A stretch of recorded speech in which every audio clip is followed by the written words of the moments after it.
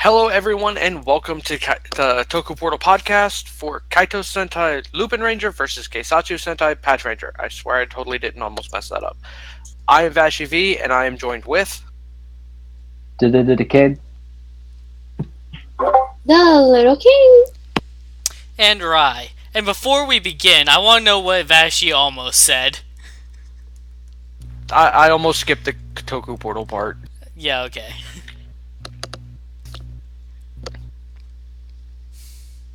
So today we're talking about episode 17.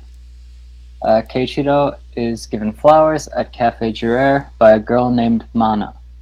He thanks her and says that everyone appreciates them, and she looks slightly disappointed. Tsukasa and Sakuya do as well. Keiichiro lends her a vinyl record as thanks. Mana invites him to the album to listen to the album together after his shift. Everyone raises their heads in anticipation, but he politely declines, saying that he's heard it many times already, and recommends that she listen to the first track alone. He is obviously oblivious to the mood here, and he walks away. Umika asks Mana if she can listen to it with her instead. So yeah, thoughts? Okay. I'm not in the official realm of shippers. I'm just sort of an outside party, but I think I speak for all of them when I say we were all pretty much head-banging ourselves on the desks. Seriously, I've seen Oblivious. This is beyond that. I mean, Sakuya and Umika, yeah, that's kind of Oblivious, but that's a bit more one-sided. This was just painful. I swear, that poor girl. I love how Kairi isn't invested, which, based on his personality, he should be. So I'm imagining that, like, this has been going on for a while, and he is just sick of the will they won't they routine at this point. Which is another thing. When I started this episode, I was actually kind of annoyed, like, oh, this character we haven't met before, but they've actually been hanging out with her for, like, what, a month or something? Okay, whatever. But then by the end of it, it's like, I didn't care. Like, oh, you know what? There wasn't enough time to introduce her beforehand, but they got everything they needed to in this episode. It is glorious. Like, this is one of the issues with introducing a character in this particular. Because if it's have any type of, like, romantic involvement, even with the will they won't they stuff, there's been given no screen time to it. So you get the, well, when did all this start, or we're given no flashbacks or anything else like that. But it was handled very, very well for this episode. Like I said, by the end of it, it didn't matter. Everything that needed to be put in this episode to validate this entire episode for this particular plot was exceptionally well done. And yes, I liked everybody just being all, oh my god, you can't be this stupid. That was great. The fact that Mana has been having trouble, like, confessing Keiichiro just tells me that there's been nothing to show up to this point. It's just been more of this, like, will they won't they bull crap that Keiichiro keeps, like, shooting down. For my European fans out there, if you know this anime, points for you, but this is miraculous ladybug level of bullshit in terms of relationships. Don't worry, King, I'm gonna watch that at some point. Yay! Then you'll see what I mean.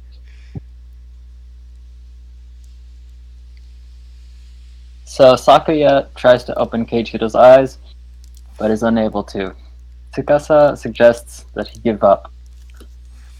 Along a pier, Umika encourages Mana not to give up, and immediately after, a Ganglar attacks people nearby. Can I interject? Go ahead. When Keiichiro, like, gives her the vinyl and then leaves, I didn't catch this the first time I watched the episode. He doesn't take the flowers with him. Like, Sakuya grabs them as he leaves. I just thought that was like an interesting touch. Yeah, so you could definitely make the argument that maybe he did read the mood and he was just too nervous, or he really could just be an idiot. So, yeah, the Ganglar attacks. He puts them to sleep in a dream world. Umika flees with Mana and calls Kaitou, because obviously she can't change in the opening. And then we get the intro song. And I'm just going to keep going. When you come back, we get the episode title, number 17, Secret Feelings. Mana runs back to the scene for the record Keiichiro lent her. The Ganglar attacks, but is stopped by Red and Blue. His collection piece allows him to use his shoulder as a whip, because he's got like an elephant theme going on. And the Ganglar just flees. Thoughts? Meh, pretty short, but cool idea for a collection piece power. That's alright, I guess. And hey, you gotta show dedication if you're willing to risk your life just for something your crush gave you. So, kudos on that. Something that intrigued me was how the Ganglar acknowledged that they ran away and then that they came back. You just don't often see someone who runs from the monster like make a U-turn. So it was nice to see the monster acknowledge that that happened. Right, and that it was well done too, even for the reasoning that is for me that validated towards Cage that she was willing to risk her life basically for something that he had given her because she has to return it to him. It was a nice touch, and it led into Umika basically having to keep her secret a little bit longer and let Red and Blue get their asses handed to them, for lack of a better term. They didn't even like get beat up though. He slapped them and then ran away. Well, I mean, in fairness, that's more than most of the Ganglers have done to the LupinRangers. Remember the Art Forger?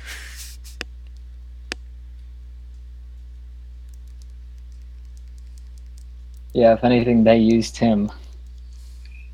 So, let's see. Umika and Mana arrive at Mana's beautiful home. Mana tells her that she needs to return the record tomorrow. She puts the first track on, and while it's playing, she informs Umika that she will be leaving to Austria to study. Probably study music. She wants to confess her feelings to Keiichiro before leaving. Umika tells her that she will help however she can. At the station, Jim informs the police that the Ganglar's victims are in a coma and may be trapped in a dreamland. Tsukasa hopes that they're having good dreams. Sakuya gets a call from Umika and wonders if he's dreaming.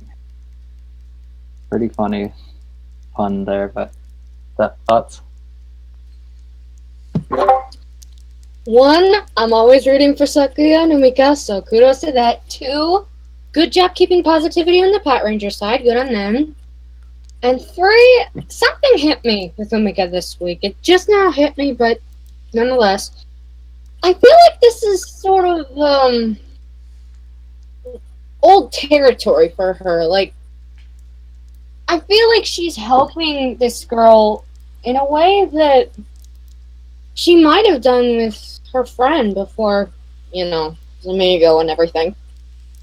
So I feel like this is sort of reliving or maybe even making a new memory, even though this isn't her friend. She just sort of sees her in that light. You know what I mean? Huh, I hadn't thought of it like that. In any case, it was cute seeing her try to And we don't usually see her Of course, we see her with Sakuya and Tsukasa because they're the girls, but we don't usually see Umika and Keiichiro interacting very often, so this is nice. It is an odd pairing that I wouldn't have guessed would work so well. It blew my mind how good it works. And as much as the show has had to give exposition to explain Mana's character, they did a really good job with the show don't tell aspect of the flowers. Like, oh hey, these flowers are for my part-time job. Oh, no, she grew them in her own flower garden. For me, that was the best part of all of this, was the fact that they didn't have to just come out and say it. Like, just that little, I see, by Umika.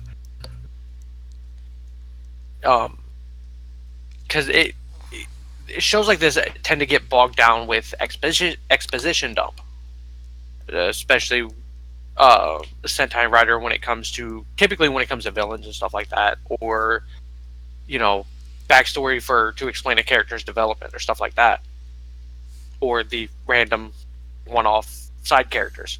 So the fact that really the only real true exposition that they gave for Mana was the fact that she'd been giving them flowers for about a month. That was really all the exposition we got that was told to us. Everything else was inferred from the way that the episode was filmed. And it's exceptionally well done. And honestly, it's like for this particular scene, I really love the coloring that they did for the flowers. It pops, which I get ties into a scene later on, but it's really, really well done. And Keiichiro and Umika interacting is odd to see on paper, but it worked out really, really well. Because you have, I look at the Reds for Umika in two different ways. You have Kairi, who's more of the reckless big brother. He's kind of headstrong and he has his goal, and that's really all there is to it, but he's that joking slacker brother. Whereas Keiichiro would be more of the shy, awkward, kind of needs guidance, but still really bullheaded. So it's an interesting dynamic for Umika, the way Umika interacts with the both of them. And I actually enjoyed it. Yeah, definitely. So at Jurere, Kogure explains the Gangler's collection piece to the thieves. The ability to put people in dreams probably isn't from the collection piece. That's just his built-in ability. At Degranio's mansion, Nero, the Gangler, explains that he puts people to sleep until their life force is drained and they die. Yeah, pretty lame. Gosh isn't entertained, but of course Degranio just cares about results. The next day, Umika explains Mana's situation to Keiichiro. Sakuya tells him that this chance won't come again. And they're at Jurere, by the way. Keiichiro is still hesitant when Mana walks in. Umika seats them together and they have an awkward exchange. Mana gives him more flowers. Keiichiro wishes her well on studying abroad. And that's it. She thanks him and he leaves. Umika chases him down and demands that he goes back to Mana. He tells her that he can't focus on anything but his current mission to defeat the Gangler. And of course, he gets a call from Tsukasa about the Gangler. Thoughts? Again, Q head banging on nearest flat surface for 20 minutes. But again, I like the interactions between Umika and Keiichiro. And look, the reasoning he gives later for why he can't focus very much on social interactions or, stuff like more than one thing at once, he's very narrow-minded. That's of his character, and I get the reasoning, it's fine, I guess, but it's just... I'm trying to look at this from a neutral perspective. I can understand both sides. It's just seeing that girl so heartbroken. It's just hard to watch. I get where Keiichiro is coming from. It just feels like he could have handled it better. He isn't ready for a relationship. He's not ready to commit to something like that. He's more focused on his job right now. Totally get that, and that's totally fine. But he handles it by ignoring her approaches rather than trying to talk to her about it and say, look, I'm just not ready to handle for this. He just leaves her hanging instead of trying to meet her halfway. Like the way he handles this entire scenario keeps replaying in my head as if he's a high school student who's never had a girlfriend or doesn't know how to flirt or anything else like that. So he gets scared and runs away. He's got valid reasons for why he's not wanting to be with her, and that's fine, and that works. But they play up the "I'm very awkward," I think, a little bit too much for somebody with the mentality that Keiichiro has, that we've seen him have. Because he's typically very, very straightforward with everything. So for him to be all befuddled because, a girl likes me, I think is a little bit undermines his character a little bit. But it still ends up being handled very, very well despite that. But at least this time he took to flowers. Yeah. In fact, because he handles it like this, it just kind of proves his own point that he's not ready for a relationship. He's not ready to talk to someone about how he feels.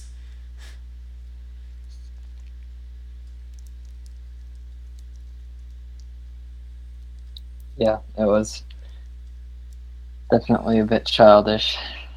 So, yeah, Keiichiro runs off. Umika chases him down and demands that he go back. Tsukasa calls him and he rushes off. Umika begs that he at least send her off at the airport as he runs away. The PatoRangers stop Nero's rampage and Keisatsu change. Mana returns home and opens her piano. The LupinRangers arrive as well. Umika fights recklessly, so Keiichiro can return to Mana quickly. This gives Nero an opening, and he sends the PatoRangers and Lupin Yellow into a dream world. Umika encounters one of the victims eating a ton of ramen. That's his dream. Tsukasa is surrounded by stuffed animals. Sakuya arrives with a photo shoot magazine of Umika and asks for her signature.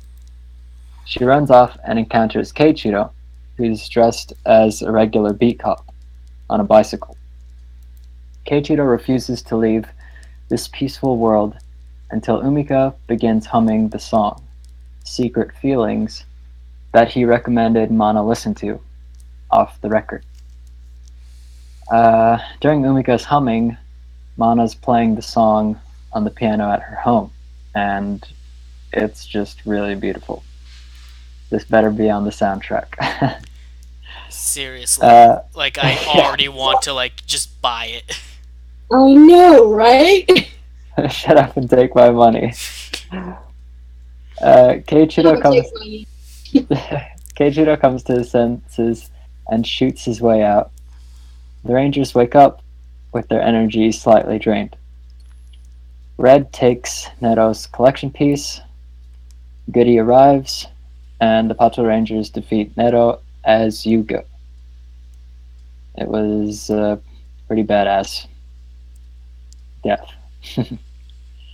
And he also sides with the PatoRangers to form Pato Kaiser. Surprisingly, he chose the same Sentai from both. Thoughts? Well, considering next week, I'm happy to see Goody now.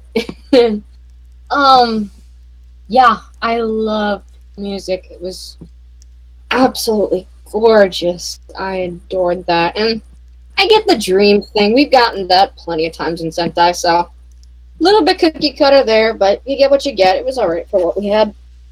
Fight itself was alright, and actually there was something that Goody did. Like, it was a throwaway line with Umika. It's like, oh my god, how can he stall and pick them now? That sort of caught my attention a little bit later, but I'll get to that when we get to the ending. But for now, I liked what we had. Well, there's a few different things that I want to talk about here. First off, if Umika wanted to give her identity away, she almost couldn't have done a better job beyond saying, "I'm Lupin Yellow." But it was hilarious to see her yell at Keiichiro when he has no idea what she's talking about. As for being in the dream world, so obviously you've probably noticed that Umika is wearing her school outfit, yet she doesn't get entranced like the others were. Why is she the exception? I have a theory about that. She's wearing her school outfit, so probably the thing that would make her happiest is to have her friend back. But it's likely that this dream world can't actually recreate people, which is why nothing happened for her. She was just wearing that outfit. And that's why she was able to keep her memories and such. Yeah, that sounds completely right, and the only way that could be absolutely true is if Red and Blue were also caught up in the dream and they weren't affected. But And yeah, that's a good theory. That's exactly why they weren't. Because if they were in there and weren't affected, they could have just busted themselves out and Umika wouldn't have had to do anything with Keiichiro. And we wouldn't have gotten that really good moment. Like, Umika humming the song was beautiful. Everything to do with that scene, immensely beautiful, powerful. I guess this proves that Sakuya does love Umika. He definitely adores her. Well, I mean, at least to that point, because I'm assuming the whole purpose of his power was to basically give them what would be their ideal dream. And he's seeing Umika as an idol. Does that really say a lot about Umika? Well, not so much Umika, but I mean, this is Sakuya. He has been proven to be a little bit of a horn dog prior to Umika. Because, I mean, he pointed out the whole purpose of him joining the police was partly to pick up chicks. Let's be a little bit fair. He straight up said when Keiichiro asked him, "Are you serious about her?" "I think I just want to hang out with a pretty girl." And Tsukasa was disgusted. But I guess it's showing at least that I guess she could be acquainted to his dream girl, for lack of a better term. But yeah, in terms of Umika humming the song, is like either A, she's heard the song before, prior to this episode, which the odds on that are not astronomical. I mean, records are a thing that exists in this universe, so she could have run across it before, but if she'd only heard it the one time, damn is she good. Sentai magic. But yeah, It's for music, I don't care. but yeah, I want this song on the soundtrack. Oh, seriously. So good. I love emotionally sad episodes like this one. This is my favorite episode of this series.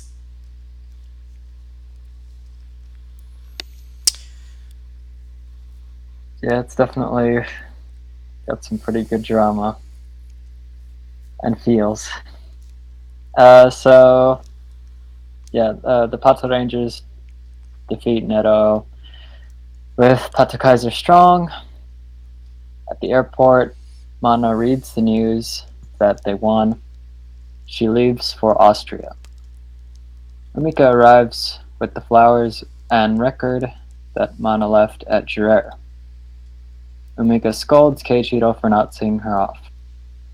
He explains that he can't focus on two things at once, and that he's awkward.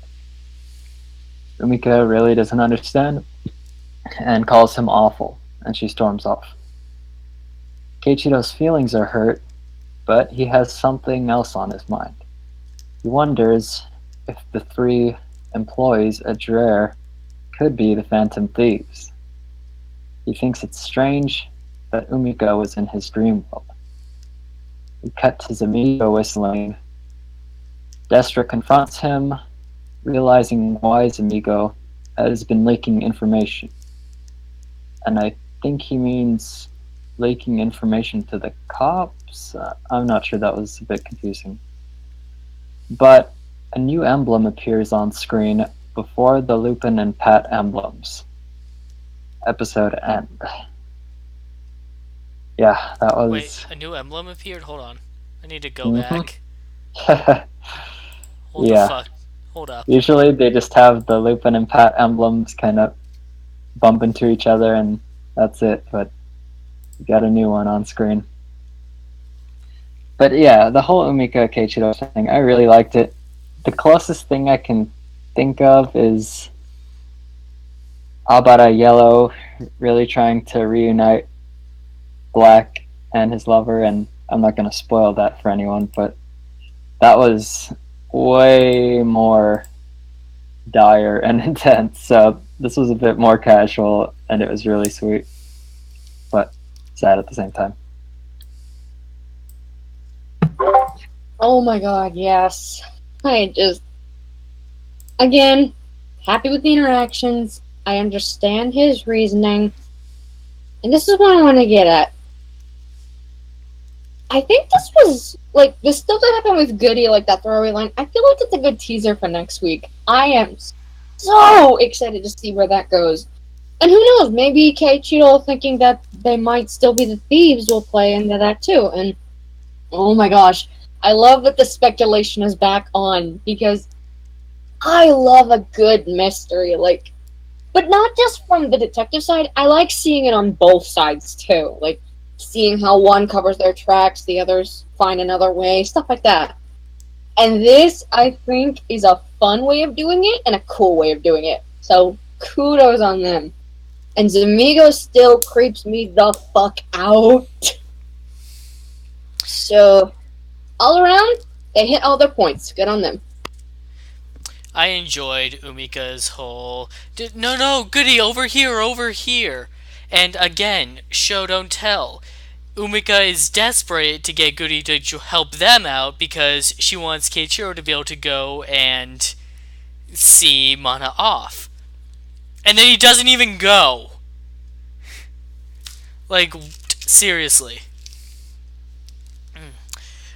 I love how this episode ends with them not understanding each other. Like, that's more real. Like, of course, Umika doesn't get it. She's very passionate, and Keiichiro is very stern. I honestly hope that we get a follow-up to this episode where they interact more. It doesn't even have to be about Mana, I want to see more interaction between Umika and Keiichiro.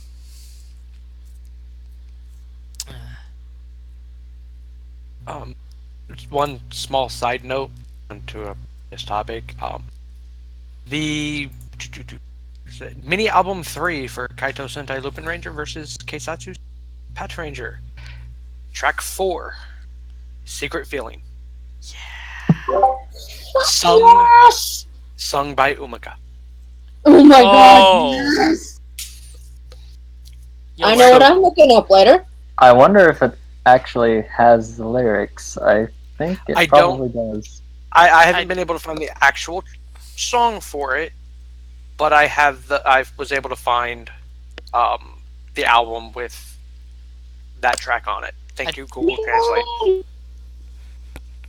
Um, all in all, it's like the end of this episode I felt was kind of fantastic. You have Keijiro basically choosing to fight the Gangler over going to see the woman who's in love with him off at the airport.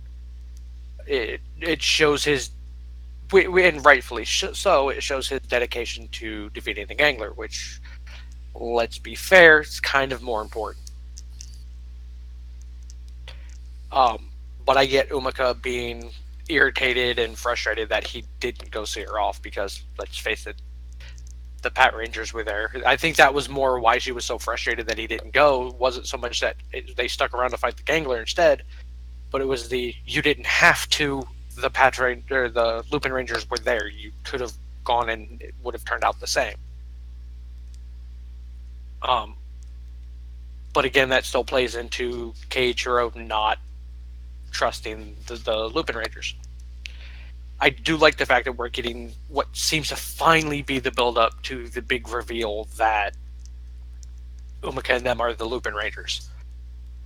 It feels like it's a lot longer, that this has gone on a lot longer than it would have in any other Sentai. And same thing with the introduction of X, because that's still the next Sentai member, because that still hasn't even been touched on. And the fact that we still have no plot for the bad guys beyond Zamigo's up to some shit. Apparently he's up to a lot of shit. And DeGranio just doesn't give a fuck.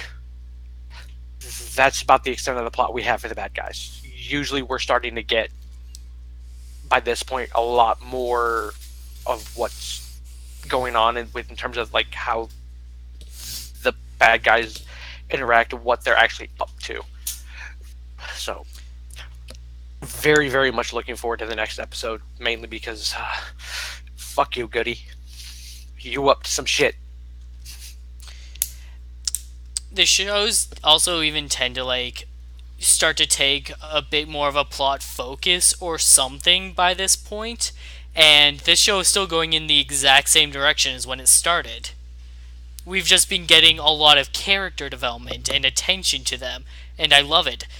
Like, this episode focused on 2 characters, and yet everyone had a role, everyone had a part.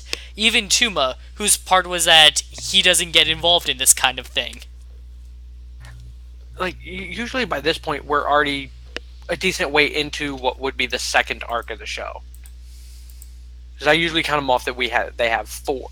Because they usually run about 40 episodes. Typically, every 10 episodes would be, like, its own arc. I mean, it varies from show to show. It's like, but we really haven't gotten out of the first arc yet. It's still just fucking character development and character introduction. And I fucking love it. Like, I thinking back on that, it makes me realize just how out of form this series is for a series that's very true to form. It's taking away from what Sentai, how the story's progressed, and make, to me, this particular path, at least for this show, works a lot better than if they would have ran the traditional Sentai route. And I fucking love it. If only Saban could have done this type of shit with Power Rangers. It's okay, it's okay. Saban doesn't own the rights anymore. I don't trust Hasbro either after Transform. I don't either, but it's out of Saban's hands. That's a step. But I mean, it's like it's going very well. How, again, like how out of form that this series is, because we had the issue with Q Ranger, which was very out of form for a Sentai, and that just started off so. It got better, but there was still a lot that could have just been considered dead weight. So far, nothing has sucked in LupinRanger. There have been a few questionable choices, but all in all, it's been very, very well done from start to now. There was that one episode, actually. But it was still passable. Yeah. I mean, it was very clear that was, Yeah, it wasn't unwatchable, I guess. There were just a little bit of too many lingering moments. But I'm sorry, a little?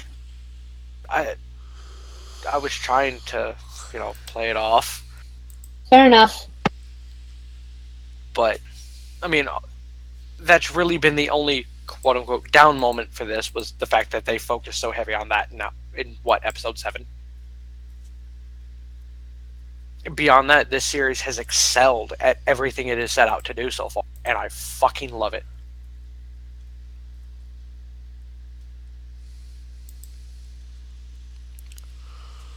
Yep, I'm definitely looking forward to next week. Thanks for listening, everyone. Adieu, and later, taters. Thanks for listening, everybody. We'll be back tomorrow with Kamen Rider Build, and next Tuesday with more LupinRanger vs. PatoRanger. Next week's episode is going to be about Goody. I think we're finally going to get our questions about him answered.